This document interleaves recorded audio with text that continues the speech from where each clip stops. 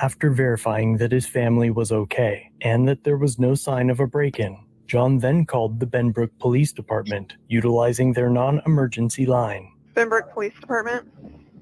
Hey, I'm currently out of town working, but I live over off of the street.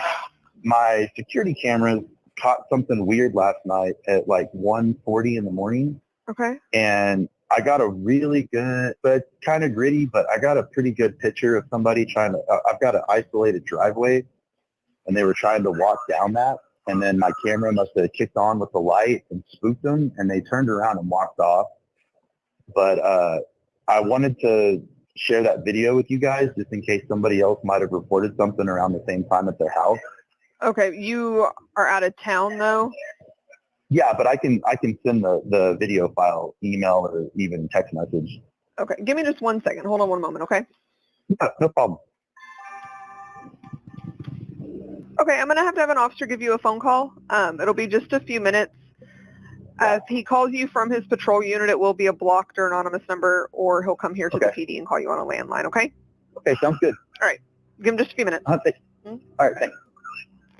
John's motive was simple: share a picture of the man in case other homes in the area were broken into. He didn't ask for a police response, but just 2 minutes after hanging up with the non-emergency dispatch, John's phone alerted him again.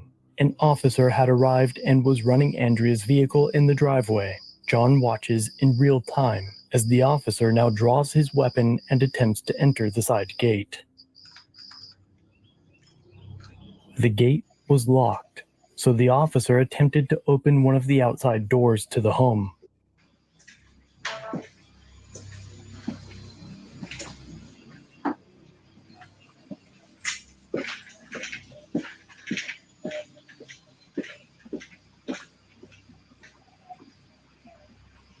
And with his weapon still drawn, he passes the front door and finds a second gate.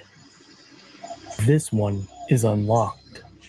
John now calls his wife Andrea to warn her that an officer was already at the home. The kids were now awake, but no one heard sirens or a knock at the door. As Officer Carter circled the backyard, Andrea opens the front door to look for the officer. She can see his cruiser, but doesn't find anyone to give a report to. 51, I've got a signal 30 in the backyard.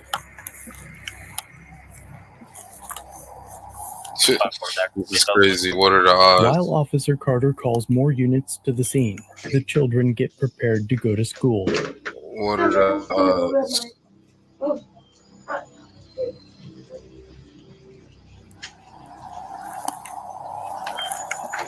Looks like we got Officer Acorn in back.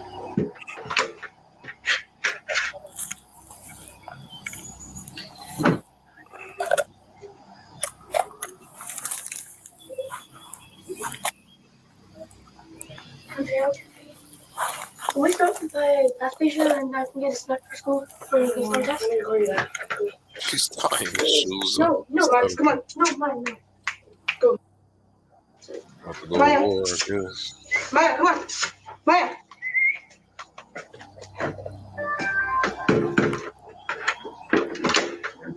John now calls his wife, who then brings the dogs to the backyard to be let outside.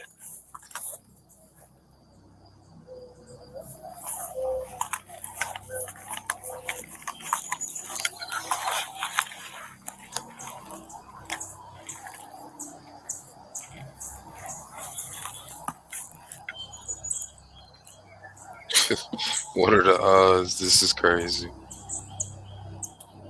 And he's all on edge. Look how afraid he is. Listening for anything. Finger on the trigger. Benbrook PD, show me your hands! Contact at the back door. Show me your hands! Step outside. Lock the dog in. Lock the dog in! I'm gonna shoot you! 5 shots were fired at Max, with Andrea standing behind him. The house, with both children inside, also lay in the backstop to where Officer Carter unleashed deadly force into the family service animal that was protecting its owner and property, a property that Officer Carter had no lawful authority to have entered. All right, I gotta chime in right there. That was just heinous. You go from we are calling the police because someone came to my house hours ago, and I just want to send you the footage so if there's anything in the neighborhood, you can check it out, to coming to his dwelling, gun in hand, and now shooting the owner's service animal. Unbelievable. Unbelievable. This is the frame capturing the fifth and final shot, fired as Max ran away from Officer Carter, with Andrea almost directly behind the dog. Shots fired. Shots fired. Get on the ground. It's just my house. It's my house. It's my house. It's my house. It's my house. Put your hands up. Okay. Got a Hispanic or black female at gunpoint. Hispanic or black female. I had to get that one there. Right here. And we're rolling this. He's all shaking. Don't hang up. Finger on the Shots were trigger. fired at a dog. The female's 10-2. Okay. All right, keep your hands where they are. Okay. I'm listening. Officer Acorn 2.0. You okay? I'm okay. Okay. What's your name? My name is Andrea. Andrea? Okay, are you the resident here? Yes, sir. John's youngest opens the blinds to see what happened. Show me your hands. It's my son. No, Okay. he wants to My son. It's just calmly me and my son. Okay. ask My questions. my two kids and my dog. No, John, it's fine. It's fine. He's okay. Okay. We're going to figure everything out, all right? We're fine, John. It's fine. Are you renting this place? Yes. Okay. It's just me and my kids. And, Huh? it's just me and my two kids and my dog. Okay. All right. You're okay. 3 days. This is not funny, man. This dude is unbelievable. He's trying to like calm her down and tell her she's okay. After you just gunned down her dog. 5-1. How do you get to that girl? The door on the gate on the south side of the residence is open. Okay. If you'll cover her, ma'am, I'm going to secure you in handcuffs for just 1 second. Yes, We'll get you. Oh. Go from there, okay? Now you're Yes, gonna sir. cuff her. John, just calm down. They're putting me in handcuffs. You've been very cooperative. Yes, sir. Yes, We'll sir. get you out of here just in a second, okay? Yes, sir. 1 female. I'm sorry. You said that's your son inside the house? It's my step. Okay. My two What's steps. his name? Do you have any weapons or anything on you right now? No. Okay. I'll pat you down. Okay. Who's on the phone with you? It's my husband. It's your husband? Okay. Do you have, Oh, not I my guess husband. there's 2 children inside the Just 2 house? children. Okay. 5-4 advised. It's just us. That's it. There's nobody else. Okay. Last night we had somebody like spook us, but that was it. Okay. They just walked up and then they left. Once they see like the camera, because like the flash. Okay. That's why we're here. Somebody called us this morning and Yeah, said it's that my this was their husband. house and that somebody came up to the house during the night. There was a car they didn't return. That's why I was searching the house and this back door was open. That's why I had my gun out when you came to the door. I understand. Okay. So your kids, what were their names again? Okay, I'm going to have them step outside, okay? Okay. All right. There's a puppy right there. Another puppy? Okay. Yes, a puppy. Hey, this is Officer Carter, Benbrook Police Department. Can I have you step outside? Hey, thanks for getting her up. Yes. Thanks for getting her up. You're a savage, dude.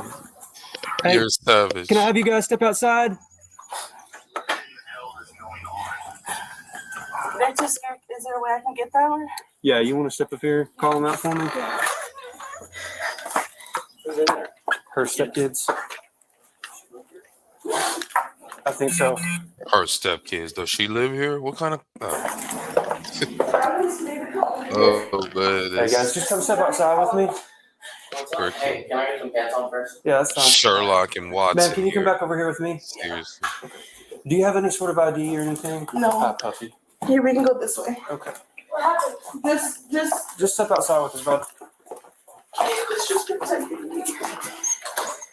Yeah, I can get the door for you.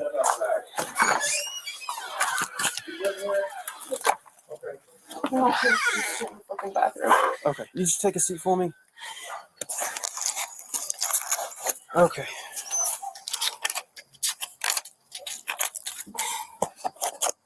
Still keeping What her in is your cuffs first though. name? For what? John Why called are the you still non-emergency keeping her line cuffs? again to get his wife out of cuffs and to find out why they dispatched officers as if the incident was currently happening instead of calling him as he was first told. Ridiculous, man. My God. I bet it'll think twice before he calls him again. A damn shame. Well, that's who we're out with. Instead of immediately uncuffing their victim and assisting the family in finding their dog, the officers default to the thing they do best, collecting identifying details. Andre, what's your birthday?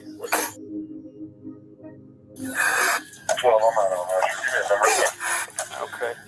And good phone number for you? Now safe after collecting her data, Officer Carter finally uncuffs Andrea. 51 females no longer detained. 5 minutes after shooting Max, Yeah. an officer asks for directions and he is instructed to start searching. No, man, you're good. If you could try and find a black German Shepherd, it went off through that gate. I shot it 3 or 4 times when it came at me. I couldn't tell you if I hit it or not. Okay, no problem. Thanks. So, one more? Yeah, full grown. All right, this is puppy in there. Yeah.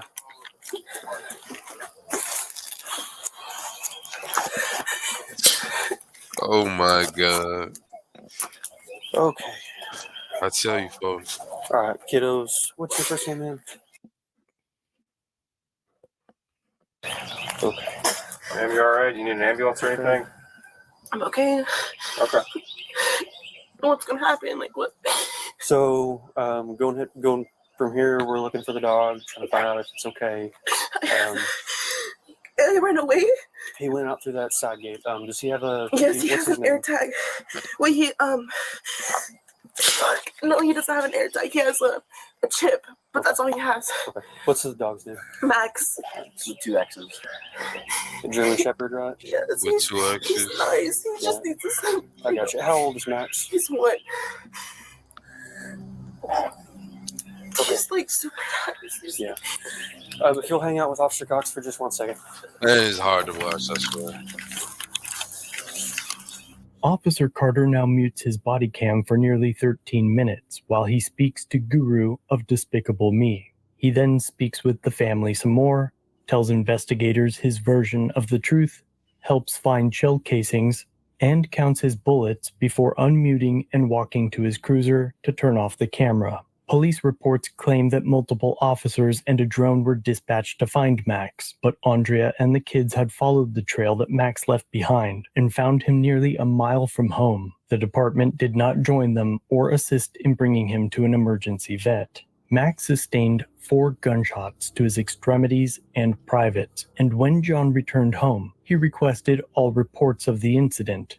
After obtaining the case files, he noticed multiple errors. First, it says that a dispatcher told Officer Carter that no one was supposed to be at the residence. The radio recordings are mentioned in the reports, but were not released, though they were specifically requested. Detective Crow wrote that the vet staff notified him that Max was on sedatives due to his excess in energy and activity, but the vet's records show that the only medication to treat behavioral issues was prescribed on the day of the shooting and during aftercare because he showed obvious signs of PTSD. A few doors down and across the street from John was a neighbor who had previously worked with the city's fire department. The neighbor falsely claimed that Max, or a German Shepherd believed to be Max, had been aggressive towards a DoorDash driver, but John insists that Max had never escaped and had never displayed such behavior. At this time, it's unclear if the dispatcher was ever disciplined.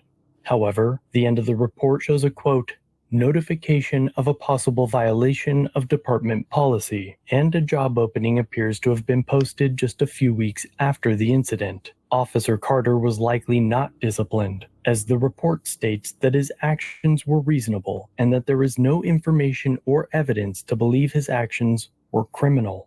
There is no mention of his attempt to enter the home without substantial evidence that anyone was in immediate danger or when there were no clear signs of a crime. Law enforcement officers can approach a home and investigate areas that are generally open to public view, like driveways or front porches without a warrant. However, entering more private areas like a fenced backyard requires additional justification because it's not implied that the public or officers can enter such areas without permission. Officer Carter wrote in his report that dispatch told him that the owner requested an officer to, quote, check on the garage and driveway area and contact him afterward by phone. Though John never requested that, it's still reasonable for Officer Carter to have checked those areas, given the communication failure by the dispatcher. But based solely on the facts provided, an unknown person walking on the driveway overnight and a car in the driveway not registered to that address, Officer Carter did not have enough to enter the backyard and thus violated the family's Fourth Amendment protections against unreasonable searches. Besides that, there is nothing in the report about using OC spray, a baton, or taser to fend off the dog, let alone using deadly force with women and children as his backstop. The department did pay for the emergency vet bill, but the incident has caused long-lasting effects on Max, the children, and Andrea, who is still attending therapy for PTSD caused by the shooting. Max happens to be a trained emotional support animal. Aside from John's professional relationship with the dog, Max is part of the family. Outside. Do you want to go outside? Outside. Good boy. John has since attempted to find a lawyer, but the costs to pursue civil action were...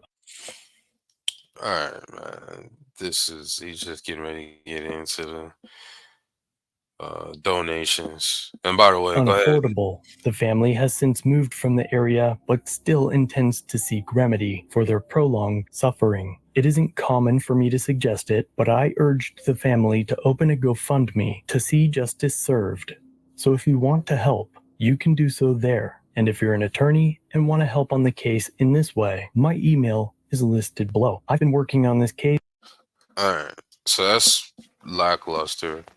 And you can go and check out his channel for all of the GoFundMe info and whatnot. But yeah, folks, that was pretty sick. And I actually have intentions on, we're going to go ahead and call this Pembroke PD and see what kind of info we can get on that and put some heat on their station.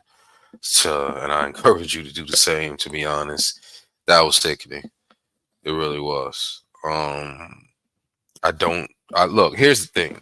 I do think that given the fact that the guy called, which again, we got to think twice, if not thrice, about calling these police stations.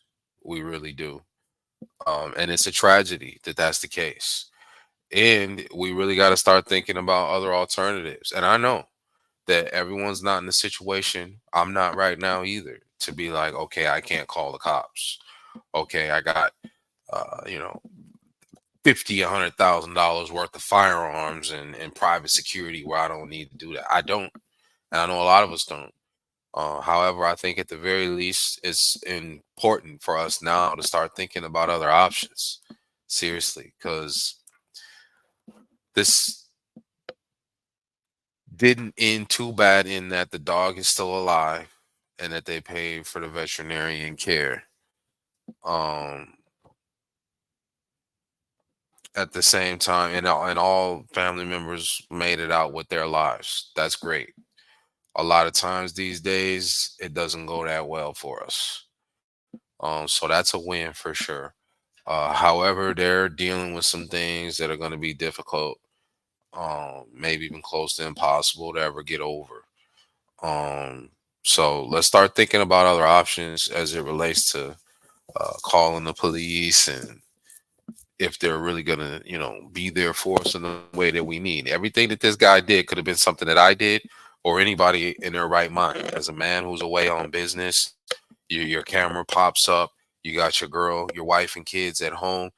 Anybody would call and be like, hey, can you get an officer over there to see what was going on? Would any of us expect that officer would come and behave in such an irrational fashion like this. Granted, you don't know what's going on, you don't know who's who, but at the same time, you couldn't. This is how you act under pressure. Fire on a service animal, who's the real hero in this story, by the way. Now that I think about it, Max with two X's is the real hero in this story. He protected his family uh, to the point where he was willing to even attack that officer who was an invader, by the way.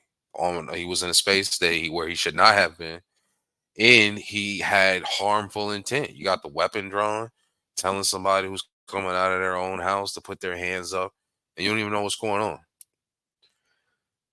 Just extra, really and truly. So thankfully he escaped with his life, but that was just really clown behavior on behalf of that officer. Granted, he had reasonable cause to want to look around more. I just happen to know and believe that that was over the top. You could have been more well grounded. You could have been much more reasonable about your engagement in your investigation. You came off the handles, firearm in hand, as you're looking around, checking doors, just extra stuff. And as to what happened, as far as if the dispatch said this or that, who knows, right? The incompetence, though, can cost people their lives. And it's really tragic. And at the very least, we got to do something about it, folks. Put heat on this Pembroke, give them a call, ask some questions personally, and we'll see. My next upload probably be tomorrow. Yeah, either within the next 24 to 48 hours, we'll be calling this station to see what kind of answers we can get. And I'm actually going to see if I can get a hold of this officer and just let him know that I personally think that that was despicable behavior. And I don't think very well of him as a human being. And I think his competency as an officer is questionable. And I fully intend on letting him know that. So my hope is to be able to reach him before any real pressure, if any pressure hasn't already been put on these stations. Sometimes they redirect traffic if there's a lot of people calling in. So hopefully I could get a hold of him and put some pressure on him and say some words, get some words across to him that will stick with him for the rest of his life, and hopefully help him to be a better human being if he's interested. If not, then hopefully I can find the words to get him to collapse in his profession and go do something else, like rat catching in New York City, right? So anyway, check that out. See if you can get some money to that family to kind of help Max get his situation together, and make sure that this family can stand in the fight against this particular injustice that was inflicted upon them by the incompetency of that police station.